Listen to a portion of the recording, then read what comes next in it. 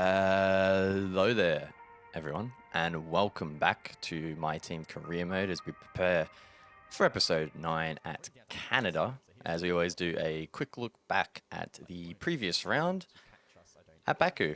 And to be honest, it was kind of a little bit uneventful. P15, it was okay. We didn't have very good straight line speed, of course, though, which around Azerbaijan is not very useful. But we look ahead to Canada, and it's actually a track I enjoy quite a lot, so should be a bit of fun as we go through the Pirelli Hot Lap. We went for the rival event this time, and this is our third and final run. You need to win all three to get the gold medal, get maximum cash and a claim. So we'll see if we can overtake Tremblay here. Best opportunity will probably be into the hairpin as we're a little bit too far back at the moment. So all about getting a clean run through this little switchback. I'm hoping that leading up to that chicane we can make a move. Try and go really late on the brakes, and that's what we do. Tremblay, very respectful, it must be said. We were a little bit aggressive there, but he gives us a lot of space. And that's going to be a pretty clean and pretty easy exit for us. So not too many complaints there, not too many difficulties either. Max cash, max acclaim, and a bit of fun on top of that. The Aston Martin, probably one of my favorite supercars to drive in the game. Looking ahead at the forecast though, qualifying and race.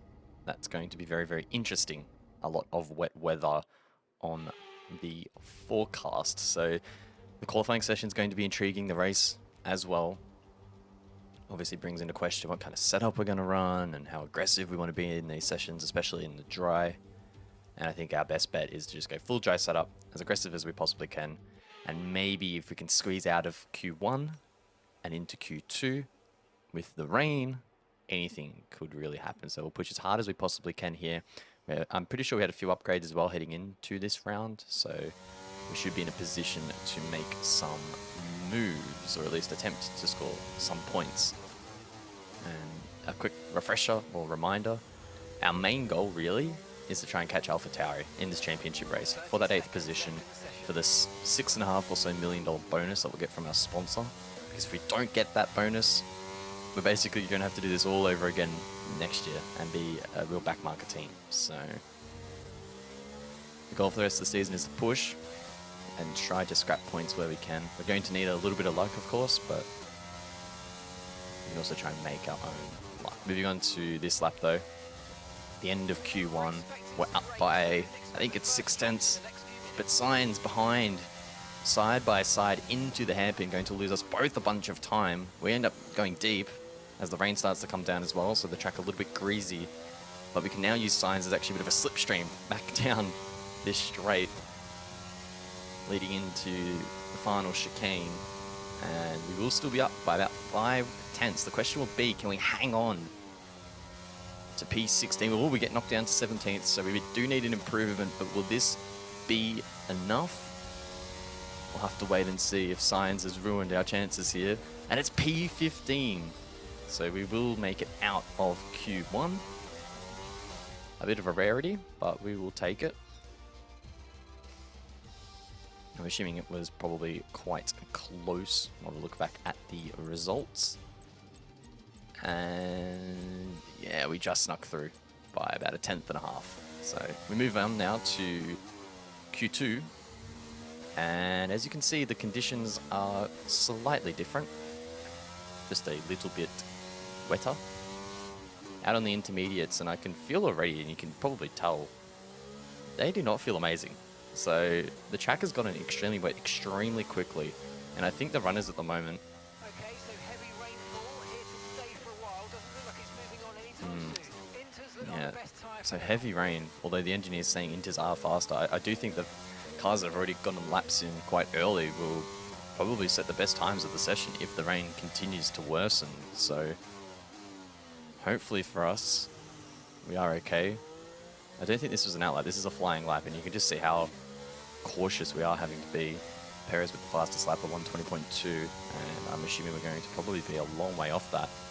And if conditions worsen, well, we may end up right down to the bottom of the order here for Q2 and not make it through to Q3. Aggressive as we flick it out wide, almost hitting the wall of champions, but we get through, crossing the line, a 124.4. So that's a long, long way off the pace. It's good enough for 9th at the moment, but as other cars put in lap times, I'm assuming they're probably going to be able to beat that.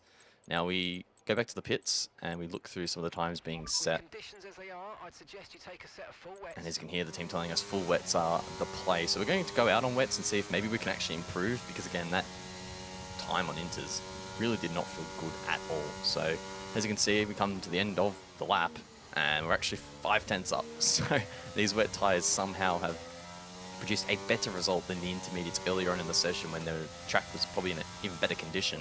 It's 123.5, so unfortunately it's still us down into P16. And at the end of the session with a couple of minutes to go, I thought I'd just scout the track a little bit and see if maybe the conditions would get a little bit better towards the end, or maybe we could pull off something, but they have well and truly gotten worse. You can see just the amount of standing water, and we just have no traction on these intermediate tires. So we give up on that effort, and we look at the times now, 3.3 seconds off the pace, but we're in a decent position to make some moves in the race.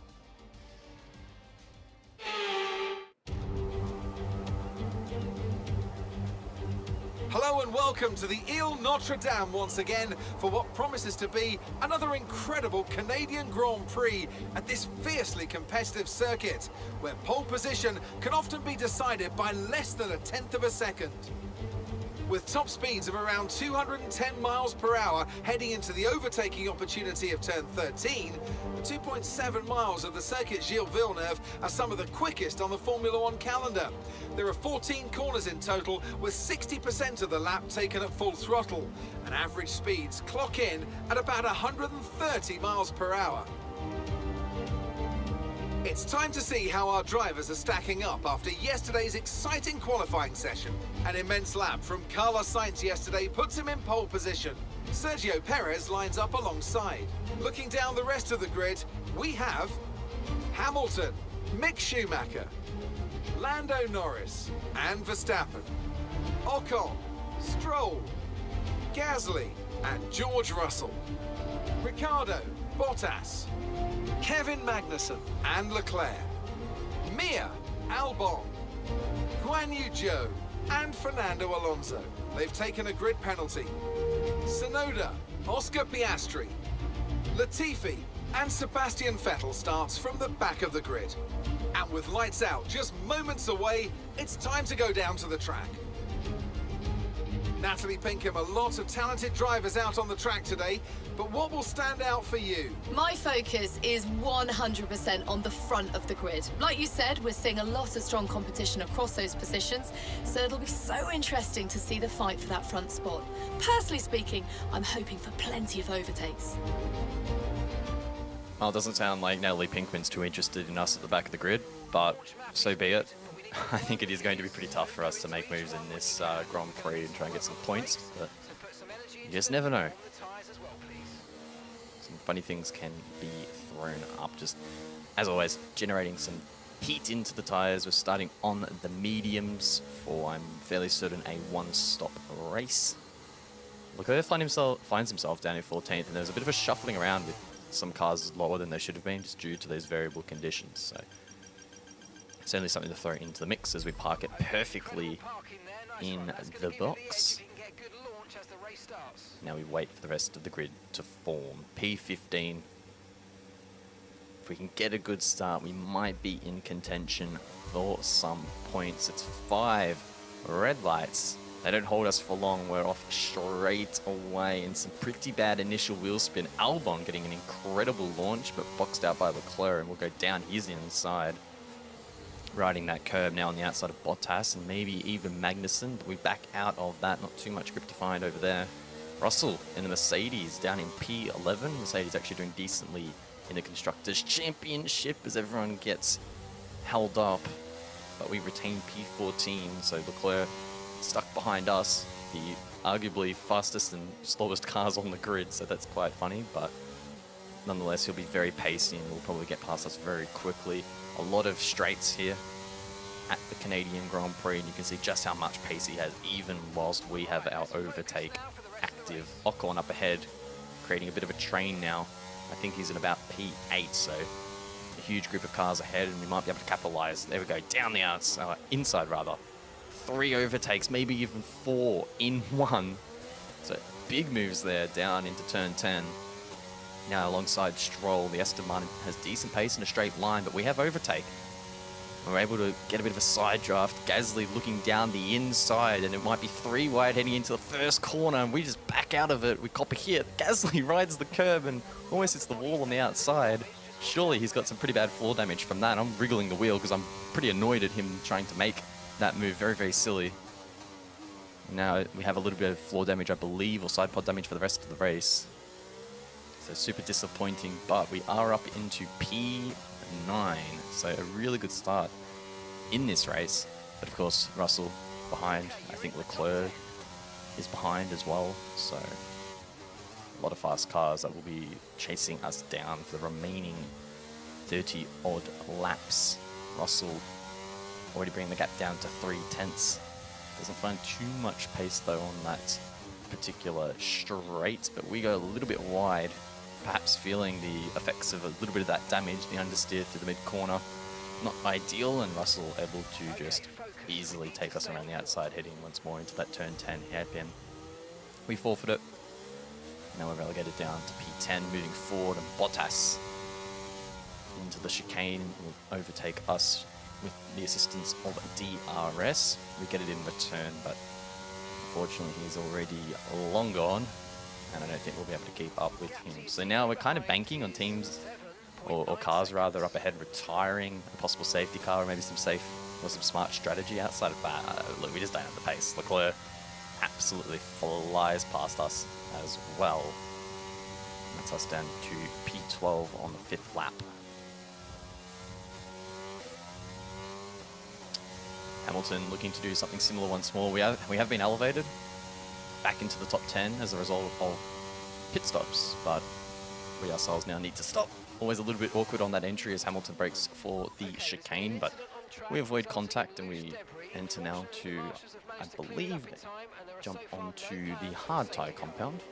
We'll wait and see exactly what the strategy is in just a moment, but I would expect that to be the case. There you go, the white wall Pirellis now on the car. Clean stop from the pit crew, who haven't made too many mistakes this season, so grateful for that. Teammate entering behind as well. He's right down the order. Poor Piastri. We exit the pit stone. We're racing on exit. Alonso slots in behind about half a second, and we are now outside of the points. Well and truly. Stroll as well has closed the gap. He's now about half a second behind.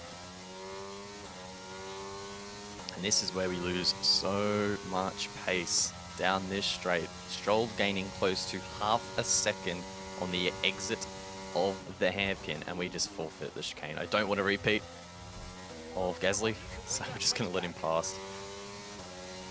And hope of points just continues to dwindle slowly as the race develops, but we have to be realistic. Scoring points is going to be a rarity at the best of times. We need a lot to go our way for it to be the case. And my best hope is really that AlphaTauri don't score too many points there. I know Gasly is down in 15th. Can't quite tell where Tsunoda is, but I'm assuming he's also lacking pace, so maybe we do get saved in this one. But nonetheless, we are going to continue to fight back against Stroll, at least try and hang with him. He hasn't been able to get too far ahead as we still have DRS well and truly within a second. But I can only assume that as we enter turn 10 and exit onto the straight, he will probably extend this gap quite a bit. It's about half a second on exit. We'll see what it is at the end of the straight. We have overtake, we have DRS, and Stroll may elect to save his battery and not defend. We only find about 2/10 back though, so we don't really find much at all. Aggressive though, through the chicane, and on exit we have the momentum. Once more, overtake, DRS, we sneak it down the inside, find a gap, we fire it down. Stroll tries to hold, and we respect him, we give him the space. but we do get the move done. Ricardo exiting the pits as well. Now in the mix, we get a kick of wheel spin on exit. But still able to retain that position. So on lap 21, we're in P11, but it is a 10-second gap to the top 10.